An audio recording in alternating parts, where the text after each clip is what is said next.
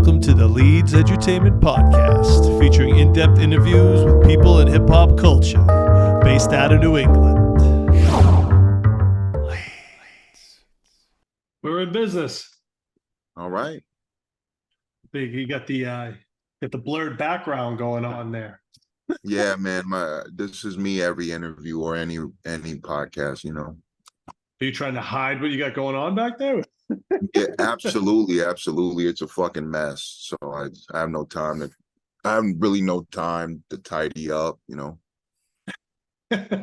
On that note, I'd like to welcome everybody to the Leedz Edutainment Podcast. We got a very special guest today, rapper, actor, producer, beat maker, Mr. Afro. How are you?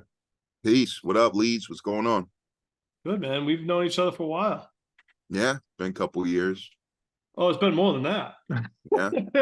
Yeah, I don't know if you remember, we did an interview right when you first linked up with RA on tour. Yeah. And I was like, Jesus, man, you might have been 17, 18 years old at that time. Yeah, I was 17. Yeah, good, thanks. And I remember because like you had a total Cali vibe at the time when you were in Boston. But I was like, oh, he's got a Cali vibe. And what I mean like that is you were just kind of laid back with everything because you know us on the East Coast, we're just like, you know, so go, and you were just like, yo, man, I'm just here. I'm ready for the interview. It's all good. Really appreciated that. Yeah, that's just how I am, you know. This New York or East Coast folks, they can definitely be very pushy or very rushy. So LA, right? Did you grow up in LA? yeah, I grew up in LA on the West Coast. What was that experience like? It was fine. Like I grew up in, like, I would say, the working class. So like I'm right in the middle. Like where I grew up was a beautiful mix between the ghetto and the suburbs. So I got it like right down the middle. It was fun. No issues? No issues. Like the only thing, like I was a little bit of a rebellious kid around like late elementary, early middle school. And then after that, a light switch kind of flipped and I started going more into the music and the hip hop. And that kind of took me away from like the destructive route I was going for. So I would say hip hop definitely got me out of that shit, you know? And it says in your bio you got into hip hop around the age 9. Is that correct? Yeah, I would say I heard Rakim when I was 9, and I'm like, yo, I want to do that. Whatever that this is incredible. It was Microphone Fiend. And I'm like, yo, whatever, this beat, the rhymes, the flow, this guy's voice, this is the best thing I had heard at that time. I'm like, yo, I want to do what this guy's doing. I want to whatever this is, rhyming. I studied it, and it was 9 was definitely the introduction. When I was 7, my moms and pops, they had like Biggie, Nas, and Tupac CDs laying around, and I would listen to them, but not like, I didn't really know what I was hearing. You know, I was very young. I'm like, yo, this sounds nice, but it was 9 where I was able to actually comprehend a little bit what was going on, you know. And then you started rapping at 11? Around there, I would say like, yeah, 11, 12-ish, or it jumps around those years. But yeah, I would say 11 and 12-ish. You're always fascinated by you when I first came across you, was your appreciation for classic hip hop in the 90s era and the 80s stuff, which wasn't common when you were coming up among people your age. I was blown away. You were a bit of like an old soul in that regard. Like I remember you being like, oh, no more Mr. Nice Guy is one of my favorite albums. I was like, wow, dude. Yeah. I was like Gangstar. And I was like, I had never seen anyone really, even my age, say that. But I'd be like, your age in particular, even mention that album. Talk to me about your listening preference in that, because it's uncommon that I've seen. It might be common out there. I don't know. Yeah, I mean, for me, when I was around 13 was when it was 9 for me, but I would say I went heavily into research with overall hip hop around 12-ish, 13 years old was when I started discovering all the underground guys, Sean P, Boot Camp Click, and all these incredible lyricists. And so I just started having this big hip hop gumbo pot where I'm finding all these different MCs, and I would say a lot of that was self-research, but I also grew up with oldies as far as like the old soul stuff. I remember vividly my grandpa like playing you know, James Purify, I'm Your Puppet, or James Brown, and 5, 6 years old, and I gravitated towards a lot of the oldie stuff as well. So I always had that, I would say in like my armor and like my listening armor, if you will. Just that I always gravitated towards the more 50s, 60s, 70s, 80s, 90s type of stuff, you know. Right. So you think so basically it was like what you grew up in your household with, pretty much, is what Yeah, I'm yeah, getting. that's how I started off with on the oldie side for sure. Or on like hip hop was like a little bit later, but oldies were introduced to me first. So in regards to all these classic albums you were listening to, was there new stuff at the time that you were into, or were you strictly into retro classics? And at the time, Like, did you like pop music? Did you like current hip hop? I mean, because everything we're talking about was backlogged. I liked almost every genre except like I would say the only ones I was more knowledgeable in would be, let's say, hip hop or jazz or oldies. Like, but any genre, to me, there's like a dope song in every genre, even if I don't listen to it completely. I'm like, yo, Right. that song is dope. So I always kept my ears open ever since I was a kid. I was like, yo, whatever's dope is dope. I'll grab onto it. I'll listen, I'll check out the artist or the albums or whatever. So I was always open to whatever's out there. So was there new hip hop when you were listening that you liked, When I or was growing artists? up, let's say if I was in elementary school, I would prefer Rakim, but the biggest thing out that time was like Soldier Boy. Did you And like that? I wasn't a big Soldier Boy guy, even when I was young. Maybe like one song, I think like at the time it was maybe Soldier Girl or something. There was like one song off of that album I kind of liked, but then I outgrew it, of course, and I'm like, yo, how did I even like that one fucking song? So Happens. yeah, at the time, Soldier Boy was definitely the biggest guy when I was in elementary school. And 9 years old, I was like, man, I'd rather just like rock with that research kind of started around then, 9 years old. So I'm like, I'm gonna see what else is here. I gravitated towards more of that stuff, the old school stuff. You did your big breakthrough move was when you were 16 and you did a version of Definition of a Rap Flow of RA the Rugged Man, correct? That was the big breakthrough. I would, yeah, I would say so. So he did the contest. You can we talk for people that don't know? I mean, obviously you've talked about the story a lot, but for people that don't know, explain how the whole thing went down, if you could. Oh man, all right through a contest. Really admired him. I was like, yo, he's like my favorite MC of all time at one point, when I was like 13, 14 years old. And when I was 16, he was still my favorite MC. So I'm like, yo, he was throwing a contest. And I was like, yo, I submitted an entry, and yeah, I'm blanking out. I it's funny. Well, you obviously won. I've told nah, I'm trying to recollect it. I've just told it a million times at this point. Uh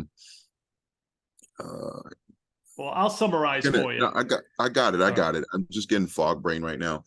All good. It's a health thing. I submitted the entry. He listened to it and he was like, "Yo, where are you from?" And I'm like, "Yo, at the time I was living in Fullerton, California. I was in Orange County." And I was like, "Yo, I just submitted an entry. I wasn't even trying to win or anything, honestly. I'm just like, yo, I'm on some humble shit. I just want RA to listen to my track. That's it. I'd be happy with that." He's like, "Yo, where you from?" I'm in Fullerton. He's like, "Yo, I'm gonna fly out. Let's link up. Like, let's chop it up." I'm like, I was like, "What the fuck? This is happening? That's crazy." I would have just been happy if he listened to my track. So he flew out. We did the freestyle videos that are on YouTube, the first very early ones. And then before the contest was even done, that's when he was like, "Yo, I want to, let's make music. I want to sign you. I want to." He started taking me to Europe and doing these shows in like Germany and France and everywhere. And that shit was crazy because I went from this kid recording in my room, like just making YouTube music or whatever, and then boom, like he took me under his wing. So that was before the contest was even done. 16 years old, you have this opportunity that most people don't have. What's that feel like? So I'll clear this up. I was late 16 when I submitted the entry 2 days before my birthday. And then when he picked me up, I was early 17.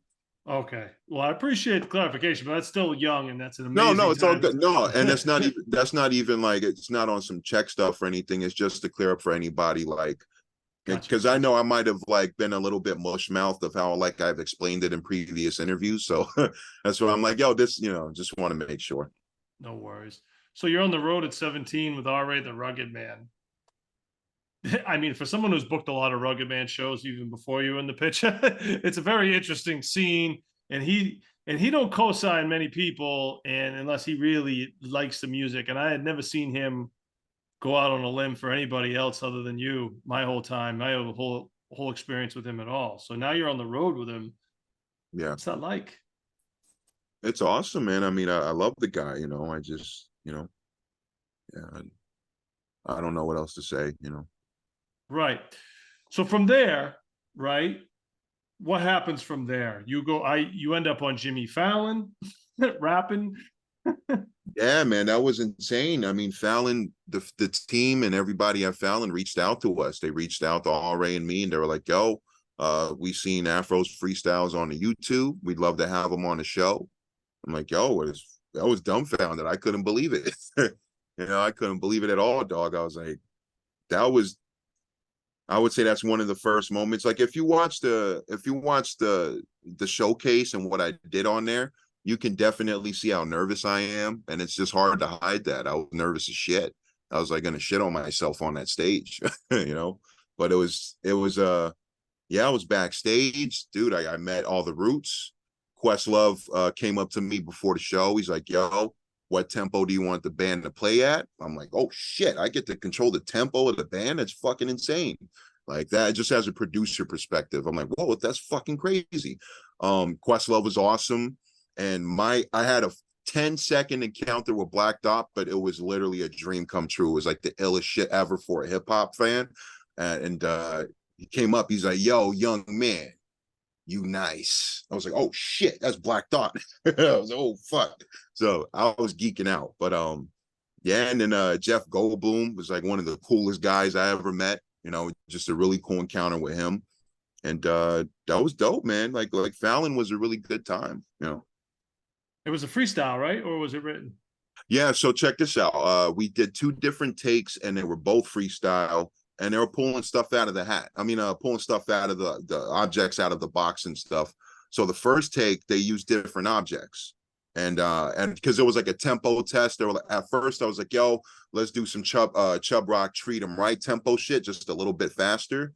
And then they were like, "Yo, we'd be a little more comfortable if we did just like maybe 90, 92 cream tempo or around like maybe around there." I was like, "Sure, you got whatever you guys feel." So the first take we did like a Chub Rock kind of Treat 'em Right take, and then like I guess like what do you call it, like an equipment and a sound check, if you will. And then the second take was all different objects, so I still had to freestyle and not know what they were going to pull out. Yeah. They didn't air them both, right? Because I remember seeing only one. Was there two aired? No, only one Yeah. take aired. Yeah. Okay. Yeah, that's what I said. Because I remember seeing it. It was dope. And it's not every day. At that time, it wasn't as common for me to see underground MCs up on there. You know what I mean? Like it wasn't as I was like, Yeah. "Yo, this is great." You know what I mean? It Yeah, was no, great I to was see. great. I was super grateful, man. I was like I still to this day, I'm like, damn, that happened. That's pretty, that's pretty cool. Talk about, was freestyling always like your big thing, or because I feel like it was played when I see you live, you do a lot of freestyles. Was freestyle like the basis of your skill trade? No, I wouldn't say so. Like I started off doing both. I started off writing and freestyling. I Okay. started off writing I would say like little mixtape songs or little just like YouTube tracks when I was around 11ish. And then I would also around the same time pick up traits like oh, rhyme about the fridge, rhyme about the TV, rhyme about the cabinet, rhyme about the lamp right here. So I started, they kind of went hand to hand for both of them for me. Freestyling seems to be kind of like a forgotten art form a little bit, almost not forgotten, but it's not in the forefront like it used to be. How do you feel about that? I think, I don't know. I think there's a couple people out there. You got like the Harry Max, you got who else? There's some people that are still out there holding it down, you know, but I would say definitely like freestyle was, I would say, more celebrated, if you will, maybe around like the 90s, 2000s, mid 2000s, even late 2000s. But I think when we hit around maybe the 2015s or so, that's when it started to not get as celebrated. And I could have my timelines all wrong, you know, but that's how I feel. That's how I feel just growing up with it, you know. If people are really good at freestyling live, it is such a crowd pleaser. I mean, to this day, Mhm. you were always good at it.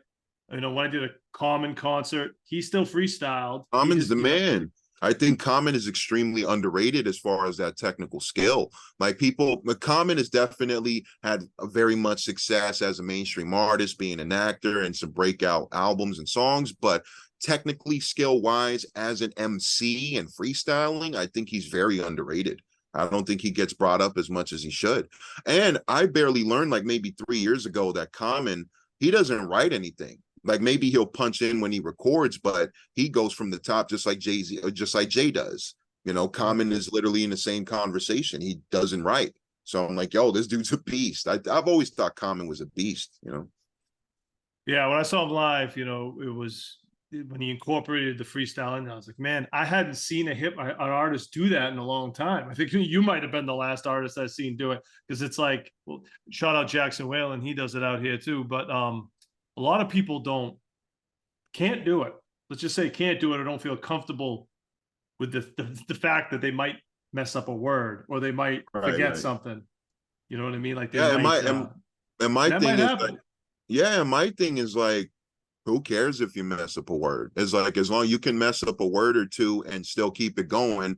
Sure, some people will be like, oh, he messed up a word, but he still bodied it at the end of it, you know?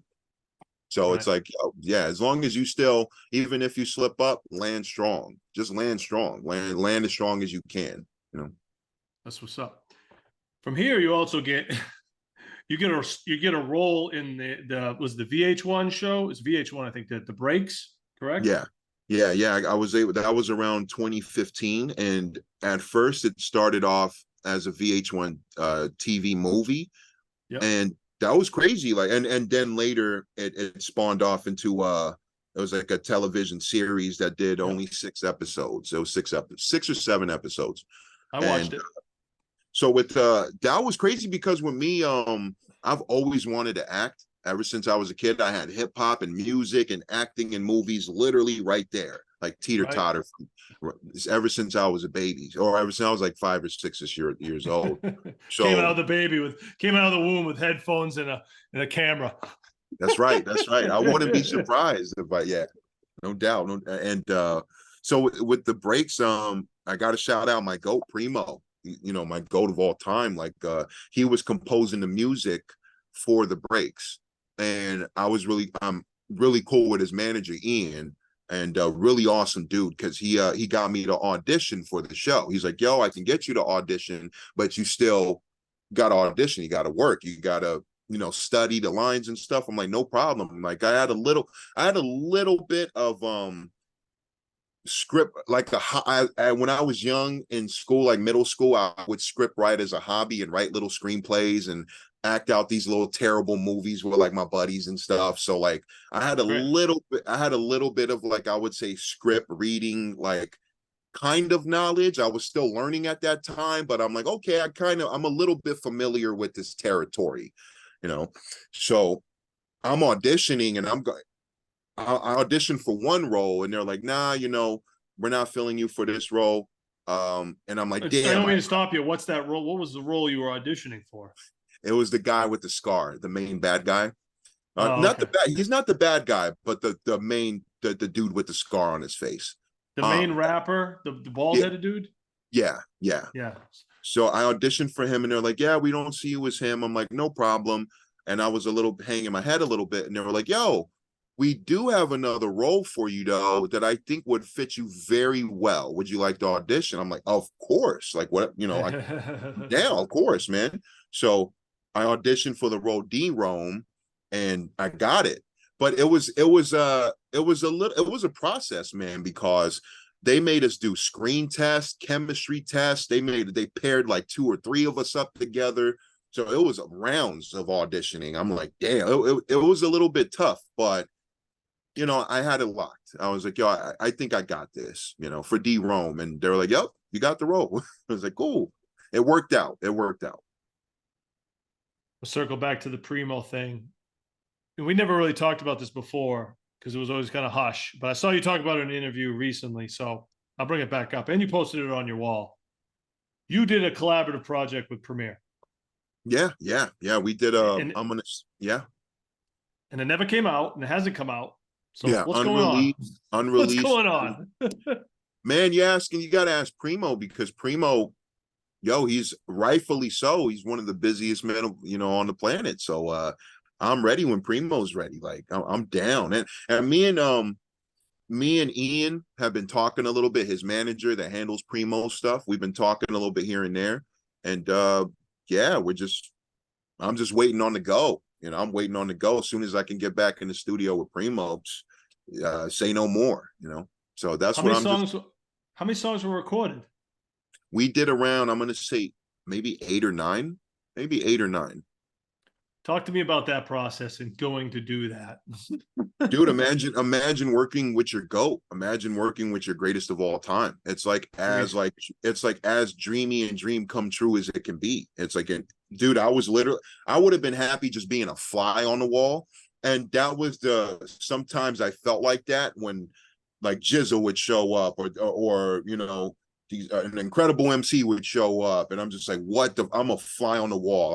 I'm shutting up. I'm just like, yo, as a fan, I'm just observing. I'm like, this is, or like, oh, this guy just just gave us vocals for this Preem joint. I'm just listening. I'm like, what the fuck? Like, it was insane being in that studio. And just working with Preem, dude, like being able to see him put the vinyl on, picking the sample, listening to the vinyl and being like, that's the part right there. Lacing the drums, putting a beat all together. I got to see it. I'm like, I got to see my GOAT do that. So that's yeah, it's awesome, dude. Like I was geeking the fuck out. Absolutely. You must have been a little bit nervous at first. Oh, of course, man. Of course. Dude, like if you see the video with me and Preem where we first meet, it's on YouTube. You can find it. And I saw it. Yeah, RA surprised me with that because RA was surprising me that whole week. He was like, give me a list of your favorite MCs and your favorite producers.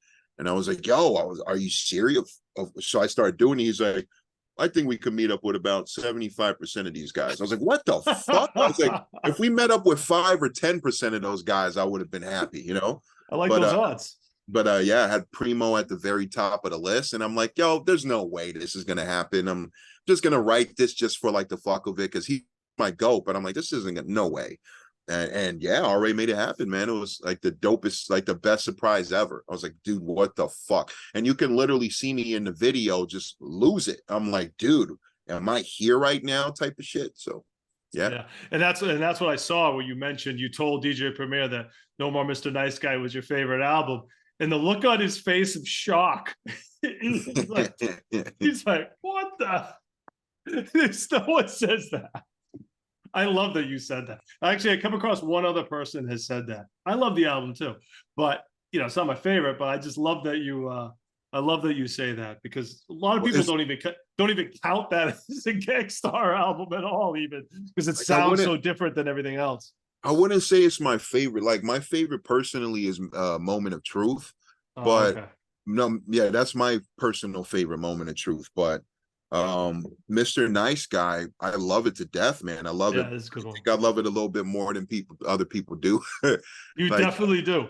And people forget, Deep Concentration. That's like that's one of the greatest fucking songs ever. Like that and Manifest and Cause and Effect. Yeah, Two Steps Ahead was one of my favorites. Like I love that fucking album, I think the reason why Gangstar fans kind of disregard it is because the production sound is so different than from there on, step into the arena on.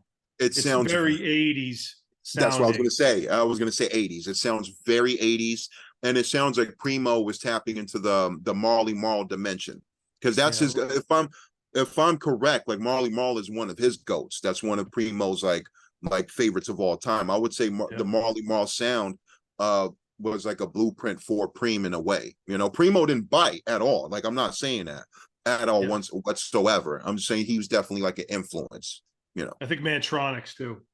Yeah, like and exactly like with me, when I make beats, I do my hardest to not bite whatsoever. Like, I'm not gonna bite, but I'm Right. definitely influenced by Preem. Like, you can hear it. I'm like, yo, it's just the influence. My one rule though is like, don't bite, don't steal, Right. like don't steal ideas, don't bite, and give homage. You can give homage like, yo, this is a pure homage to Preem, or this is a pure homage to Pete, or Dilla or Madlib, those guys. But yeah, just don't, no biting allowed. Yeah. No, I feel that. It seems like nowadays, biting is such a loose term. Like there's been a lot of recycling of old sample beats that were popular and new artists redoing them. Right. It's a Right. thin line of a bite, you know what I mean? But at the same time, because people remake things. I mean, movies Yeah, remade, exactly. you know what I And mean? and, Songs remade, and you usually, and my one rule is like, just show them love, show them the homage, like put the homage right, somewhere in the song, or put the homage in the promotion of the song, like, yo, this was derived and this was influenced, strongly influenced or remade of this. Like, you got to show the love, because if you have the sample, or the clearance or the sample to go to and the rights and all that, then show love to the original song, and that's how I feel. Let's say Scorsese with The Departed and Internal Affairs. Like, Scorsese knows that The Departed is really derived from Internal Affairs, and he's mentioned it. He's like, yo, he's a fan of that film, and he used a couple of elements from that. So, like, someone like Scorsese, he acknowledges that. I'm like, that's dope. It would be worse if Scorsese was like, no, The Departed is just my movie. Like, I didn't take that from anything. I'd be like, that's Internal Affairs, you know? But he shows the love and he shows the homage, and he acknowledges the influence. I think that's one of the main things that some people don't do nowadays. They're just like, yo, I'm taking a song, that's it. Like, no mention of the original artist, nothing like that. yeah. And it's a thin line because hip hop has sampled other artists for years. Probably a lot of them didn't necessarily give credit to the people they were sampling, other than the Well, fact that they and were that sampling. and that's why I said, as long as you have the clearance and the sample and the Right. go-to and the rights to the song, Gotcha. like, if the sample's very hush and you're like, yo, I don't want anybody to know what this sample is, that makes sense. Like, I can't, I'd be a hypocrite if I didn't mention that. Like, I definitely had a couple of those moments where I'm like, I don't want nobody to know this sample. Yeah, yeah, yeah. Yeah. But You if, talk yeah, about if, yeah. you talk about Scorsese and being a movie buff. You've listed very interesting three is your top favorite actors: Denzel Washington, Gary Oldman, and Yeah. Robin Williams. That's a good I, range right there. Really, I'm a movie buff, movie head, and I really appreciate your taste. Yeah. Oh man, like, Gary Oldman is a chameleon. He can pretty much play Right. anything, like, ever. Like, I think he's like, it's weird because he's acknowledged as like one of the greats, but I still feel like he doesn't get brought up in like the greatest of all time conversation. Like, he has in some certain nerd posts and like Reddit posts that I've read, but not nearly amount to, like, let's say, a Daniel Day-Lewis, who I love as well. Don't get me wrong, but Right. I feel like Gary Oldman is just a little bit more fierce than a Daniel Day-Lewis, and I have them both right here. And the reason why I mention them is because they're both chameleon actors. They both transform into whole different people. So I kind of like think of those two when it comes to that, like, talent. And Daniel definitely gets all the more awards, but Gary has like put in some really crazy ass performances. But Denzel, he's my GOAT, and you can argue that Denzel plays himself in every movie. I have seen that conversation a lot, but Denzel's charisma and the screen presence is unmatched. If you put your favorite actor with Denzel in the scene, he's gonna run circles around him, because Denzel's that screen presence is insane. It's fucking crazy. Like he can body a whole movie by himself and not have to say a word. That's just the Denzel super talented with that type of shit. And Robin Williams. Robin Williams, the reason why I loved him so much, not only because he was so goofy on the comedic side, but I think he was extremely underrated as a dramatic actor. If you watch Insomnia, if you watch 1 Hour Photo, if you like movies, performances like that are like awesome. You're like, yo, how he was able to tap into a whole different range that was like, yo, he was extremely talented. And I don't think that side of his talent doesn't get as talked as much, you know? And he was also in a Law and Order SVU episode, and he's like the best guest actor ever in that whole show. And there's a lot of titans and legends in that show, but Robin, the comedian, stole the entire show because he was playing this dark, creepy ass character, and he killed it. So I think, yeah, Robin's one of my favorites ever. You said a lot there that I like to bring. I gotta go back to because it hits home. Yeah, Robin Williams, Insomnia is the villain. One of my faves. Yeah, I mean, one of my favorite movies of all time. I think it's Awesome. such a underrated film. Pacino's my favorite actor. I can see. Yeah, Pacino's one of the goats. He's like, Yeah. yeah. Pacino's my favorite. And when they did that movie, to me, that was like, I still go. I've watched that movie like 15, 20 times. Awesome. Obviously, Boston, Good Will Hunting, Robin Williams. You know, again, dramatic film. Won the Yeah, Oscar for it. yeah, and it's funny because like he even won the Oscar and everything, and that's a fantastic performance. And strangely, I still feel like his dramatic work, like I think his comedic work overshadowed his dramatic work in a way. Like people remember him more for, and rightfully so. They're incredible films, but like Aladdin, they remember him more for Mrs. Doubtfire, stuff like that, and Mork and Mindy, even for the older folks. But yeah, like I love the dramatic side of Robin just a little bit more. Yeah. How about this one? This is one not everyone has seen. World's Greatest Dad. Have you seen that Yeah, one? dude, that one's fucked That's a up. sleeper right there. It's a little Oh, taboo with after he died, oh man, but that yeah, movie was incredible. dude, that one was so messed up. That was Bobcat Goldwife directed Yeah. it, and that one, I was a kid when I first saw that, so it flew over my head. I had to go back and rewatch it when I grew up a little bit more, and I was like, "What the fuck? This movie's crazy, dog!" Like, oh man, So funny. It's a dark comedy, and it's dark if as you shit, get but it, you it makes die. me laugh. It makes me laugh. Yeah. So That's a dark. I'll tell you a one. funny story. I'll tell you a funny story with that. So we went to see the movie premiere. My friends Sly Young and Ricky Morris. We went to see the premiere of that movie. Bobcat Goldthwait was actually there in Coolidge Nice. Corner doing a Q&A. And we saw the What's up? movie. We were dying laughing, but we had to leave because we were going to the KRS-One show that night, so we couldn't stay for the Q&A.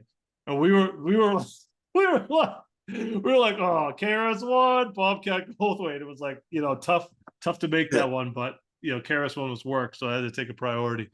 But yeah, I was telling people for years to go see this movie, and people were like, what are you talking? You know, they would just, some people just don't get it, but man, we loved it. We loved Yeah, it was movie.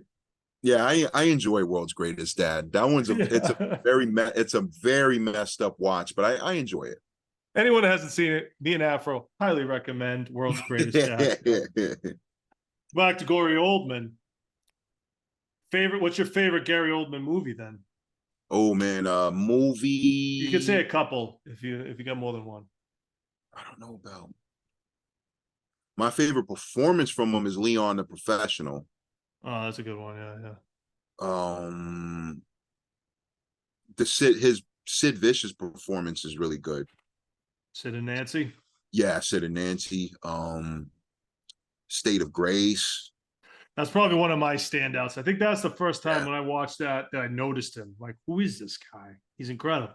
Which one? The State of Grace or Sid? Yeah, State of Grace. State of Grace. Yeah, that one's awesome. Yeah, State of Grace is awesome. He didn't star in it, but he directed a brutal movie called Nil by Mouth, and that one is super dark and messed up, but it's a really damn good movie. And he directed it. He wrote it. it's super profane though. Like if you're not I'm a F-bomb guy, but if you're not an F-bomb guy, don't watch it by mouth because they say it like every second. They're like, bah, bah, bah. Sounds like But they're it's in Boston. yeah, but it's all I love that. Kick-ass movie. One of it, he's not in it long, but he's probably got the best performance in it. True True Romance. Romance. Yeah, Yeah, True True Romance. Romance. Yeah. He kicks. Yeah, that's an awesome performance. Like it flew over my head as a kid too. I'm like, what the? I was so thrown off by that performance, but then I had to appreciate it a little more when I grew up. And I'm like, that's a damn good. It's an awesome performance. Like he's just being his pimp. He has the scar over his eyes, being like, hey man, like And dropping the N bomb. yeah, like yeah, that was Gary Oldman, like Gary Oldman like we never seen before. It was like, what? You didn't really see that at that time in the movie, Yeah. you know what I mean? Like someone just so casually do it like that, you know, like a white dude. It was like, And he still can be a chameleon because I didn't see the movie. I'm hearing it's awesome, but yeah, I Oppenheimer, saw it. Incredible. uh, Gary Oldman is Harry Truman, Oh and yeah, yeah, people didn't incredible. even people didn't even know that. Like some people, and I love actors like that too, where I'm just like, yo, you're watching a movie, you're like, I know this fucking guy. Who is this guy? Yeah. And then you look at the credits, you're like, Gary Oldman? What the fuck? I love those type of performances. And one I could think of that'll make you laugh. You'll be like, huh? But I had the same reaction when I was watching Tropic Thunder in the theater. I was Yeah. watching, I'm one guy. I'm like, yo, who's this? I'm like, I know this guy playing the boss that's yelling at everybody, has fat hands, he's a chubby. I'm like, I know who the fuck is this guy, dude? When it said Tom Cruise is Les Grossman, I was like, what? I couldn't believe it. I was like, and also with Robert Downey Jr. as Kirk, like I had the same kind of That reaction was to him because in the theater I was like, yo, I honestly thought it was just like I didn't know who Robert Downey Jr. really was. I think this was before Iron Man, so I didn't have the knowledge on Downey Jr. that yet like that in the theater. So I'm watching, I'm like, who's this dude too? And then I'm like, wait, this is a white dude playing? I was like, what the fuck? I was like, Tropic Thunder was a mind fuck for me in the theater. I was just like, what?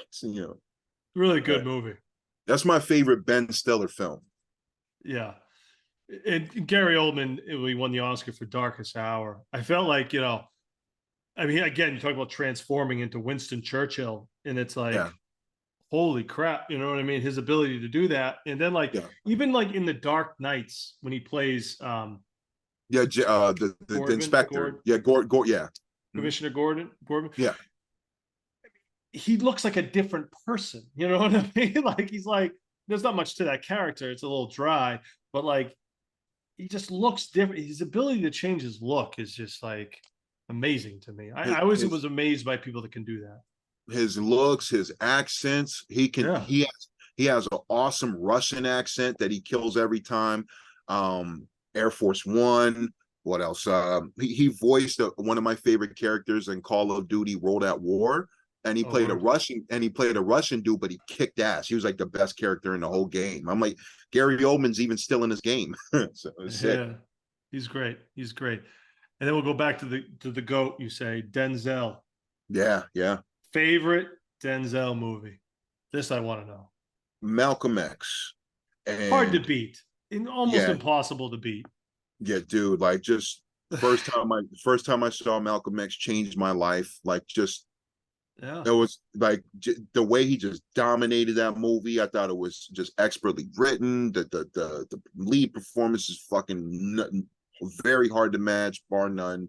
And dude, just yeah, that's probably my favorite Denzel performance ever. I think he just transformed into Malcolm.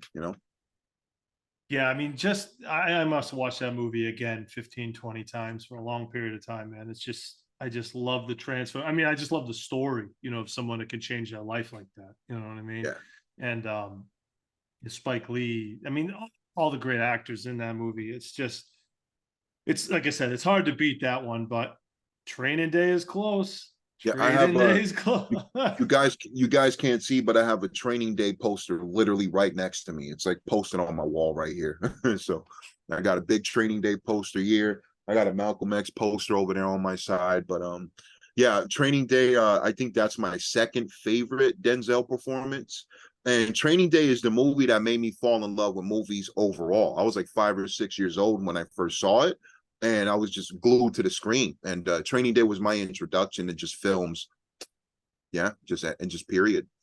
And Ethan Hawke in that is really good too. Shout out to Ethan Hawke. He He is a doesn't slept on. He doesn't get. You were talking about people not getting he the doesn't get credit they mentioned. deserve. He doesn't He's get great, mentioned. and Yeah, he's I still love so consistent. He still makes mad movies, and he's never really bad. The movie might be bad, but he's never yeah, bad. Ethan, like he's in like my top 20, top Oh yeah, 25 actors of all time. Like I think oh yeah.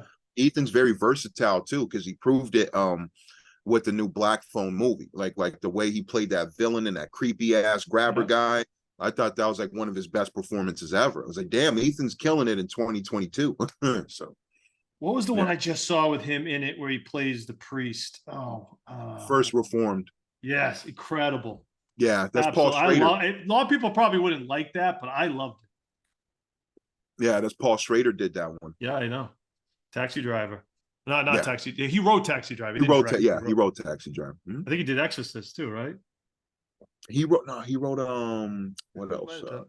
It was one He of did those. he did some other yeah, he did it. Oh, he did. I think he directed one of the Well, Exorcist you're films later. muted, Paul. You're muted. I think you got muted here, Afro. Am I still here? Yep, now you are. What did you Okay, just cool. say? Yeah, I think he went on to direct one of the later Exorcist films. I could be wrong, but Okay. I think he did one of the 2000s mid 2000s ones. Looking at it right now. I can't see it. I'll look it up later. He did this other one called Affliction with Nick Nolte. Yep. Love I that movie. remember. Yeah, Affliction's awesome. Love it. You have great taste, Afro. We could be the same person. We're a couple generations different, but we have very similar taste. Dude, I'm a psycho. I grew honestly. Denzel was my introduction, but also when I was 6 or 7, my grandpa would have like Humphrey Bogart, James Cagney. He would have Bela Lugosi films and Lou Chaney. So just ever since I was a kid, like I knew random shit like that. I'd be like, "Hey, Grandpa, what's that? Oh, Lou Chaney? Okay." Like I was always a nerd. It's funny you say that because I grew up, my childhood, the VCR just came out. You know what I mean? Like in the 80s. And same thing, like my mother was really into dramas, like big drama fan, because she was older, and she would show all these crazy movies as Star is Born, you know what I mean, and Yeah, like Streisand. Kiss Yeah. of the Spider Woman, and like all these, and then like The Night Mother, and like all these other like Sissy Spacek, Meryl Streep movies, and I was like, in fact, I couldn't sit through them always, but the storylines always stuck with me, like these crazy storylines that were really real, especially back then. Everything was like really gritty and real because they were finally able to get away with it after censorship was like cut off in the 70s. But it was like it always stuck with me too. And I was always into, like, my friends be like, "What the hell are you watching?" You're like, "Oh, this is this ill movie from the 70s and this, that, and the third," because commercial movies, I grew out of those pretty quick because the plots were always the same. You know what I mean? So it was like I needed good plots. So they were based in reality. So I gravitated towards that. Even when independent films started to reemerge, in the late 90s and 2000s, I really went that route with it. So that was, nowadays it's hard to keep up with everything that's on the all the streaming sites. I can't even come close to keeping up with it. Dude, there's a million movies coming out in one single year, and they're all coming out on like 10 different streaming Yeah, services. it's too hard. So yeah, it can get very tough. And then I'm going to the theaters more usually than I did before. Like I used to be a theater junkie. I'd go every like maybe Right. like 3 times, 4 times a week type of shit. But now I'm lucky to even go like maybe once or twice a week if I can. What's the unsung hero Denzel movie you like that doesn't get what you think credit it deserves? The Hurricane. He got nominated though. He got shafted on it, but it did get nominations. No, nobody has brung up the Hurricane, I think, in like 10 years or 15 years. Like nobody talks about the Hurricane whatsoever. Like people talk more about Out of Time and Man on Fire, and I love Man on Fire. Man on Fire is like top Love five. Man of Fire. I think that's like a top five Denzel movie for me. But Man on Fire got nothing. I think that's more like I would probably edge that out a little bit more. But people talk about Man on Fire way more than they do with The Hurricane. And The Hurricane was the one that got a little bit of the nominations. So it's weird how that happens. I just think Hurricane like was talked about a little bit for the first like 5 maybe years of its lifespan, and then it just got kind of swept under the rug. Like I remember I didn't discover Hurricane I think until like maybe 12 years old, but even then it was a little bit harder for me to find too. You know, I was like, what is Hurricane? What's this movie? You know, because I was Yeah, I really like Book of Eli. I love Book of Eli. Yeah. Book of Eli and Flight. Flight got a lot of critics, but I thought Flight was unbelievable. I just reviewed Flight a couple weeks ago. That's Flight, I think is I think he should have won that. I think Denzel definitely should have won that Oscar because that was a Denzel we never really seen before. He's the addict, the alcoholism, Yep. the choices the character has to go through the whole movie, and like, and they're like, hey, did you crash this plane? Did you not? And like, oh, we know you crashed the plane because of the fucking drug or the the problems you have. So he's battling with himself. Like I think Flight is like that's one of his best performances. And I think that's like he should have definitely won that. Yeah, he should have won that. I saw that you saw the new Equalizer. Yeah, yeah. Okay, I haven't seen it, so you can't talk about it. But I'm a big fan of the series, though. I need to see it. I'm waiting on my boy Lionel to hit me back and go. He's a big Denzel fan. We always have this debate, Denzel or Pacino, but it's tough. It's a tough call. Anyways, moving forwards, it's going on a tangent here. Let's talk about this new EP you put out, Aphrodisiac. It's a story with this. Yeah, so this one was like I didn't realize that I hadn't put out a project in a very long time. So I was like, or a solo project. And I'm like, I don't mean to stop you. I don't mean to stop you real quick. You haven't put an album since the one with you and Marco Polo, correct? Is that the last album? So I want to talk about that real quick. Talk to me about that one with Marco Polo because he's a guest next week. Oh, that's my dude. I love Marco. The project we did was like made half and half. And the first half it was like through emails and stuff, but eventually I went over to Brooklyn and went to his apartment. He would make the beats and we'd sit together. We'd come up with the hooks and we come up and I would write the rhymes. And that was a really cool process because we made a good chunk of Afro Polo together in the lab and at his apartment with so a good chunk of it was made there. And then the Pharoah Monch joint that came together so beautifully because like Pharoah's always been one of my favorite MCs of all time. He's in like my top 5 ever, and I'm like, I was just spitballing. I was like, yo, Marco, I got this one joint Swarm. There's an open verse. I don't know who to get on it, but I want somebody like one of my favorite guys on it. And he knew how much I love Pharoah, so he was like, yo, okay, I got you. One day I'm looking on the computer and I get a call from Marco. He's like, yo, check your email. I'm like, check my email. Okay. Just the way he was saying it, I was like, okay. Check my email. Swarm featuring Pharoah Monch. I'm like, what the fuck? I'm like, is that real? He's like, yep, that's real. He's like, play it a couple times, call me back. I was like, what the fuck? Dude, I was geek. That was like one of my favorite days ever, dude. Like, just, I woke up, I just, yeah, man, unbelievable, dude. It's nothing like waking up or getting a verse for your song from another artist that you really admire. Yeah, dude. And it's the feeling. I know a lot of people probably can relate to that, but if you haven't had that feeling, it's quite the feeling when you get the verse in the email. Especially even when you sent me your verse, I was like, yeah. Thank you, bro. Yeah, no, just especially when it's one of your goats, especially when it's a top 5 MC or a top 10, and you're like, dude, like I can check this off the bucket list. You know, I have a bucket list of MCs that I want to work with, and I'm pretty privileged. I'm pretty honored to say I got to check off a good amount of them. So transitioning back to the Aphrodisiac, so that was the last album, and then this one. Realizing it's been how long had it been between Marco Polo and this EP? Oh man, years, like I'm gonna say 7 years or something like that.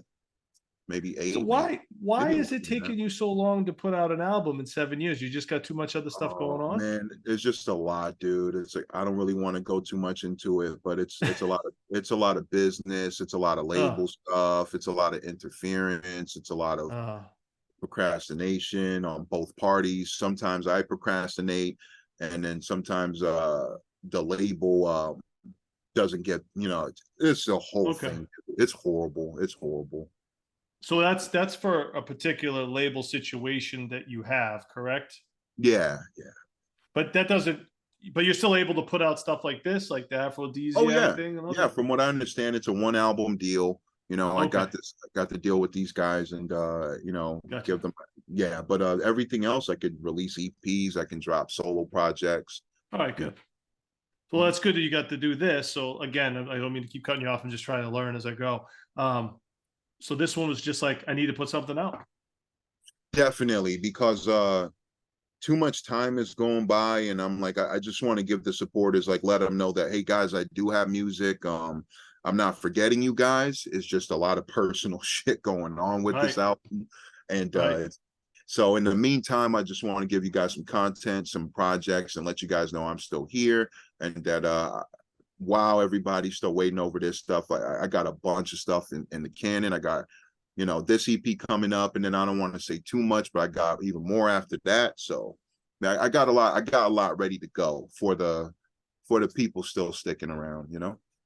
The other thing you just put out is you put out this what 97 machine beats, just an instrumental thing recently. Yeah, yeah, and same thing with that. It was just something I'm like, yo, I just want to drop projects. I like releasing singles and some songs and freestyles or just like rhymes or 16 bars here and there. But I'm like, yo, I want to actually give these guys projects, like things that they can fully listen to in the car or yeah, You call it 97. You're born in 97, correct? yes. Not to date myself, but that was the year I graduated high school. Good Oh wow, nice, nice. year though. Wu Tang Forever dropped that year as I So graduated high school. Wu Tang Forever came out. you were living through the craze of Titanic. Explain that theory. No, the craze, like people just going crazy over Titanic, like girls going crazy over Oh, Leonardo. Titanic. That was Yeah, I think that was the movie. I was like, yeah. what are you talking Oh, about? oh, no, no, my bad, my bad, I was my like, bad. was this Wu Tang? It's Is the this some film. hip hop thing? I don't know the code for that Afro. I don't know the code, man. Give me the code. No, Titanic was, I think, a little after I graduated. That might have been the end of '97. I'm thinking, like right before Christmas. Um, yeah, I mean, you couldn't escape Celine Dion's theme music for a Oh, long period of time. I'm hearing that from everybody that lived through that. I hear that. They're like, dude, Celine Dion song, Yeah, you go in the yeah, grocery Celine store, Dion. you go in the fucking you're in the car, the radio comes on, grocery store, you're in the mall, the song comes on. They're like, it was everywhere. I have this vivid image of I was in my freshman year of college in New Hampshire Tech Institute, and I came into the dinner or lunch early, and I was like the only one in there, and there's a calf, and Celine Dion, the Titanic theme music is playing, and the guy cooking was just—he looked like he just hated life, but he's got the Celine Dion music playing, just serving food. I'm like, this guy's really feeling his emotions right now, just trying to Oh, get through the night. yeah, It's Celine Dion. that song was torturing the shit out of them. That end scene though in Titanic, whether you hate it or not, man, seeing that end scene, man, with the ship going down, it's like, whoa, dude, that was pretty powerful. I will say that. Titanic, this sounds so messed up, but the last half of the film or the second half of the film where the ship actually starts going crazy is my Wild. favorite, is like the part that I actually love of Titanic. I'm not a big fan of the love story, but I do love the Titanic stuff. I'm like, oh shit, this is crazy. Yeah. We'll wrap up soon because I know you got stuff to do. But the one thing I want to bring up, since Halloween is coming, I do see that you're a big horror movie fan, right? With you got the George Romero tattoo, apparently. That's right. That's You right. You you can't really, quote I don't know if you can really see too well right here, guy. Oh, but yeah. George A. And Romero. you also got a guru tattoo too, don't you? Yep, got a Guru tat. That's my Was guy. my favorite MC. So you quoted Day of the Dead is your favorite movie, the original, or the Yeah, remake? 85. That's my personal favorite movie of all time.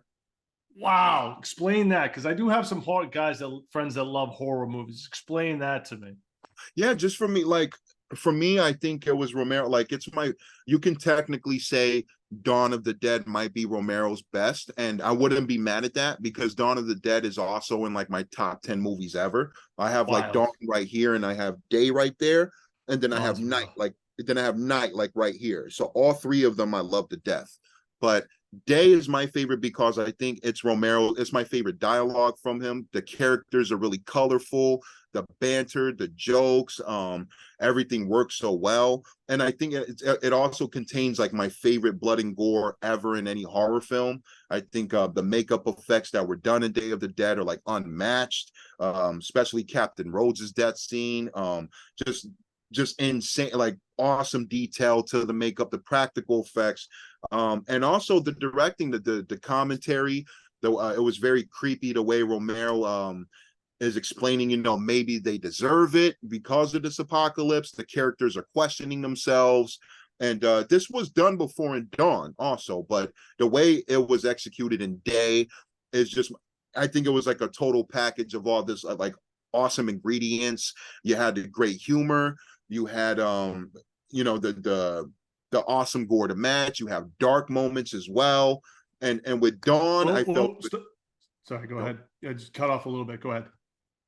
and then I felt with Dawn was darker. Dawn was like a little bit more on the dark side. And then also with Night. Night was also a very dark film. That was probably the darkest out of the three. But Day of the Dead, as dark as it is, it just has that little bit of very funny banter between the characters and how they're going at each other, combined with that. And I think that just makes it more enjoyable for me, you know? Yeah, I mean, horror was always it was never really my thing. Not that I haven't seen them all. I've seen a lot. I've seen Day of the Dead. I mean, saw as a kid, scared the shit out of me, dude. I mean, Yeah. I'm 8, 9 years old watching Day of the Dead and someone getting their intestines ripped out. And I'm Right, like, I right, had right, never right. seen anything like that in my life. Like, oh my Right, Lord. And it right. looked at the time, it looked pretty real. Yeah, and But even they still look great. They still look great. they started remaking them. I'm like, I left that behind me. That's behind me. But me and my buddy I've talked about this the other day, like 80s horror movies. I know you weren't born yet, but when you went into the video stores before Blockbuster, before all the mom and pop shops, the covers of the 80s movies were so graphic, they would scare you just from looking at the damn cover. I mean, there were covers, this was all blood and guts. So it was like, I remember this one movie I'll never forget, color me blood or color me red. And it's a woman being like borderline crucified and blood dripping all over the place. And that's the cover. Yeah. You know what I mean? And and there was a lot of other movies like that too. And Faces of Death was so controversial at the time. Yeah. I mean, you as a kid, you'd walk in and you'd be like, I'm scared to death in here. You know what I mean? Like, what am I looking at? And that just kind of, I think, just stuck with me. Is like, I never really went down that. I didn't like that feeling watching it. But it seems like with you and some of my other friends, it doesn't bother you at all. Oh no, I would say I'm a gore hound. I'm a blood and gore guy. Wow. Definitely with practical effects. I hate CGI computer animated blood in Yeah, movies. yeah. It's a super turn off for me. I'm like, yo, Right. I want to check out of the movie, but when it's practically done and you could tell like a team of artists like really put their effort and they really put their all into it, like The Thing, John Carpenter.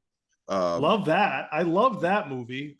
yeah, because the blood and gore in that is like, I would say Day of the Dead's my favorite blood and gore, but The Thing, as far as practical blood and gore, is like right fucking there. It's like some of the best effects you've ever seen ever, as far as like The practical. original.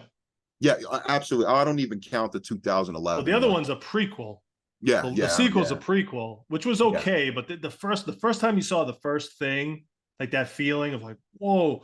And I liked it. I said only Blood and Guts, but I did love the Aliens series. But the Thing, man, that whole concept of this thing morphing into you Oh and still yes, be it's crazy. Yeah. it still holds up because of that claustrophobic feeling and the way that Yeah.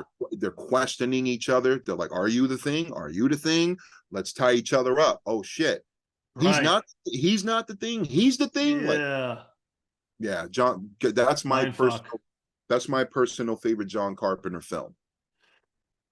Yeah, and you were talking. You talk about CGI blood. We would talk. Me and my buddy would talk about because I was like, I'm like, are movies as scary as they used to be? And he's like, ah, not really. And this, we have this theory of like, when Friday the 13th, Nightmare on Elm Street, Halloween, um, Texas Chainsaw Massacre, Day of the Dead. These movies were so raw back Yeah, then. Like, yeah.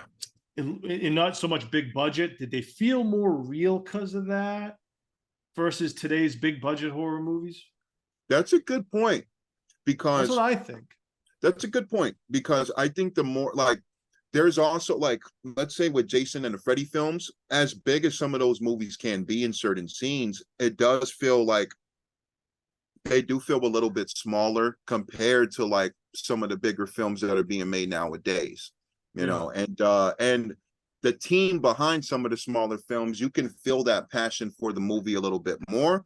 When Right. it comes to a bigger film budget, you can feel the studio interference and you can feel the studio head saying, "Hey, put this random explosion. Hey, put this random thing in there, or put this random thing in there to make it look bigger and all that." But yeah, I think there's a lot of studio interference nowadays too. They're like, "Yo, audiences want jump scares or they want this and that, but we don't. We don't want jump scares. We want actually creepy shit that's going to make us be like, oh, that's stuck in our head."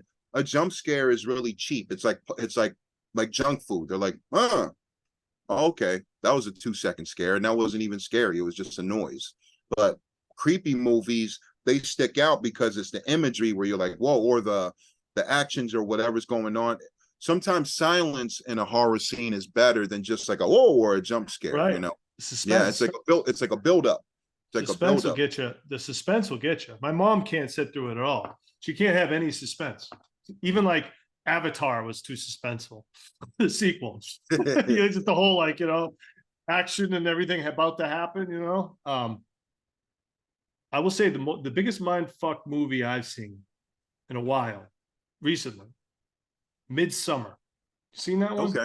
Yeah, I see Midsummer. I know Ari Aster and the stuff he Yeah, does. Hereditary was good, was crazy, but Midsummer, I don't with the cult shit gets me the most. Like the blood and guts is one thing, but that's the cult shit with the psychological shit that could actually happen, would more realistically happen in the sacrifices and all that shit, that gets me every Yeah, it's time. I'm just like, yeah. what's the Yeah, goriest movie you've seen? gory. Oh man, goriest movie I've ever seen. Like you're like, oh my, like did anything get to you at this point, or are you Mm, completely desensitized? I would say I'm like 90% desensitized. Yeah, I figured There, that. there's been the 10% I've seen. And like honest, it It's might not just be new. it might not be the goriest, but Terrifier 2 was a little more gorier than I expected. I was like, oh shit, Oh yeah, they're amping it up in this one. Um, I've heard Terrifier mentioned before. yeah. One is pretty gory. There's like one is gory, but there's one death scene in the first Terrifier where you're like, oh, this is fucked up. Wow, that's brutal. Like maybe 9 out of 10, 9 out of 10, maybe gory or so. But then Terrifier 2 amps it up. It goes to like 10 out of 10 gory kind of territory. I was like, oh shit, we're getting there. But that's probably the first one in a while where I saw where I was like, damn, that's pretty gnarly. But the Saw movies I'm very desensitized to, but there were one or two traps in this new one where I was like, damn, that's pretty fucking brutal. So the two traps in this new one did kind of get me more than I expected. But I gave up after like two or three. I think I saw one and two, which were both. The concept of that was really good. The first Saw was incredible. I loved the first Saw. I loved the yeah, first Hostel, even though it was gory as fuck. But I just the story, the theme of it, like this was good to me. I thought that was really original. But people usually the people usually love the first Saw movie because of like they focused more on like there's almost no gore or blood when you think about it in the first right, film. Like it's really tame. It's compared to the other Saw films, definitely. The first film is the tamest one. But it's also the more like it was one of the more suspenseful, or probably the most suspenseful one, because it goes into the psychological thing of like, oh, these two are chained up. How do they know each other? And it goes into, and it's we're figuring out the pieces of the puzzle. Then the guy who's dead on the floor the whole time rises up, and you're like, what the? Oh, so it was a big element of surprise. That was the biggest. That was a big twist for people. But yeah, Saw 2 started focusing more on the gore, but that one's my personal favorite because of like I just love the vibe and the energy to it. And then 3 was, I think, the last good one. And then 4 I liked before the quality started to die down even more. I was like, oh, now we're just blood and gore straight up. That was definitely number 4, starting there. Then 5, 6, 7, 8, all blood and gore movies that are just, I'm not even a big fan of. And then when Chris Rock one disappointed the shit out of me. That was number 9. This new one is the best one since like number 2 or number 3. I can't even look at the cover of it. The cover oh, with the eyes and stuff. Oh my God. Like, that was just like, this is the worst shit, dog. I'm like, I can't even look at the cover. It's that bad. Yeah, but I had a let's see, Hostel. I liked the first Hostel a lot. I think that was pretty good. Number 2 was a crazy idea. Like, yeah. You know, they would kidnap these people and then people would pay to torture and kill them.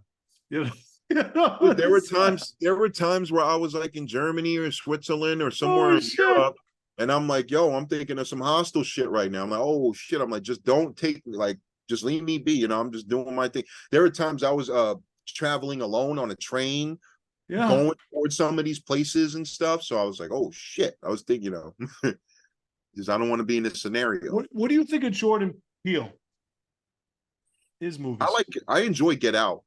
I think that one's pretty good. I liked I loved Get Out. What's the last one? Nope, with the UFO. Yeah.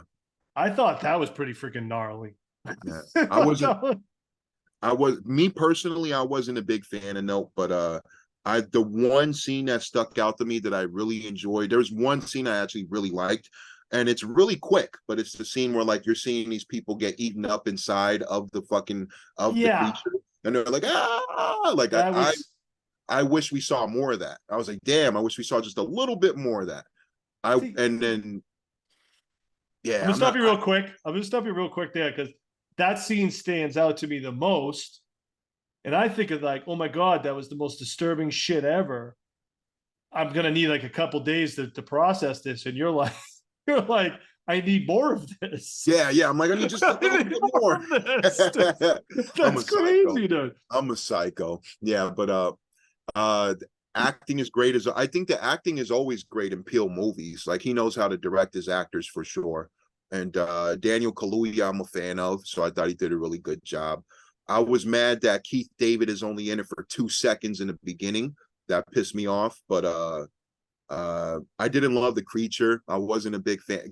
When I saw the creature reveal, it just reminded me of like a giant sombrero, like a big giant sombrero. That it took me out a little bit. I was like, but I love the scenes like that, the claustrophobic scenes where I'm like, yo, people they're all trapped in there. That was dope. And then I like the tone of his movies, though. Yeah. It's like this tone that darkness that he carries throughout the whole movie, where it's like, you know, something's gonna happen, but you can't. Something's in the air the whole time. It's this weird way of describing the vibe of the movie. Like a build up going on. There's something different with him that doesn't exist. I noticed with other people. You know, even with Get Out, it's like, even though they kind of made it funny, but with some of the humor people, but it wasn't really funny at all. No, creepy. You know what I mean? It's a creepy film. It's actually a pretty creepy. It's a damn creepy film. The way that just the hypnosis, because he makes it feel like it could happen. Yeah, they kind of botched the Candyman though, because I remember the original Candyman movie. Yeah. I wasn't the first Candyman. The first Candyman scared the fucking shit out of me, dude. Kick-ass movie. It still kicks ass. Like the first Candyman's fucking awesome. It still kicks ass. I dare anybody to watch that movie and then say Candyman 5 times after you watch that. I didn't for years, you know. Yeah, I saw the new Candyman in theaters, and I was not disappointed. Yeah, I wasn't a fan. I was like, like, yeah, they just missed it. they missed it too because I had so much. I was like, oh, Jordan Peele's behind it. Everything. I was like, oh, this is going to be actually be good. But I was like, I just. There's a couple good quotes. That's about it. Yeah, to me it was just the cinema, the camera looked nice. That was it. Like the acting Yeah, is this cool, the camera looks nice, but the kills, thought the kills were very disappointing. I was like, I didn't love the kills. I didn't like the whole overall lore that they try to connect the yeah. original Candyman with the new guy, and then the ending with the police ending. I was like, I'm just not a fan, dude. The Like just the way story it was, just wasn't that good. It wasn't a yeah, good story. the way it was executed. Yeah, I wasn't a fan. It's too bad. Well, this has been quite the conversation. I really enjoyed this. We could really nerd out on some films here. You know what I mean? Yeah, we can always do a part two also and just Yeah, catch we up. need like the Leeds and Afro movie review debate, like this new Siskel and Ebert. You know what I mean? That's right. No, I was just talking about Rod Ebert and Siskel like fucking a couple days ago. We was talking Yeah. about the theater, the Magic Theater. Yeah. You see the documentary on Ebert? No, is it new? No, it's kind of old. It's probably like 10 years old, I think. Um, and yeah, his whole career, and then him getting throat cancer and trying to keep his Yeah, career going with that and losing that. yeah, It was, yeah. and he talking through the computer and everything. It's pretty a remarkable, powerful story, man. You know, but Near the end of his life, he was like the movie critic Stephen Hawking. yeah, he really was. And what I Yeah. liked about him the most is he didn't like, he would still review indie films. Like he wasn't like big mainstream only. He would do anybody's film if he thought it was going to be good, he'd give it a good review and he'd watch it. That's what I appreciated about him because Right. I grew up kind of like obviously disagreeing with him a lot. I was like, oh, he loves movies I hate, and I hate movies he loves. But then I started like understanding like his points and stuff. I'll be like, yo, even if he doesn't love the movie, he still gives like really cool points, and like he there's a lot of passion that he had with it. He was just super passionate about movies, and he did stick up for a lot of indie films as well, like a lot of Yeah. directors coming up. I know he stuck up for like an Asian film where one guy made like this dumb comment in a Q&A, and then Roger Ebert he stood up and he was like, who the fuck are you to like this and that? He's like, these guys made a great film. Who are you to judge them? Or like who are you to try? It was awesome. Just Ebert really he stuck up for a lot of filmmakers on the come up as well, you know. Definitely. Well, we're gonna wrap up. Avro, is there anything else you want to plug or mention? Shoot, Aphrodisiac, go check that out. That's on all platforms. And 97 Machine is a beat project I made. Aphrodisiac is 4 brand new songs. It's all produced by me as well. And you can check out, I made a video for a song called Angel Dust that I did. That's on my YouTube. And yeah, and if you want to check out my movie reviews, that's Fro Thizzle Reviews. And yeah, that's it for me. So you have a that'll be stop you. I was just kind of joking with the movie critic thing, but you've been doing full reviews the whole time? Almost for like, I'm gonna say I've been doing it for a year now, and it's gonna almost 2 years coming up in like I think next month or something like that. So, I but post quick little on the reviews. low I do. key, I've been doing it like more as like just like an escape, and like it's fun and I can nerd out and just like Yeah. talk to a small community or like Yeah. a group of nerds like myself. So I'm gonna have to start reading these. I do little reviews. They're only a few sentences, but when I see a movie I like, I always post it.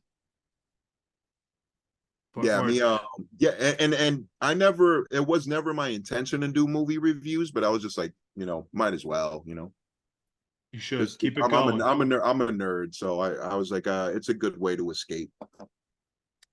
Word. Well, I'd like to thank everybody for tuning in to the Leeds Edutainment Podcast. A very special guest, Afro. Check us out on all streaming platforms on YouTube. Check out other episodes. Thanks, brother, and we'll talk soon. Leeds, thank you, brother. Thank you for having me. Thanks for being here. Talk soon.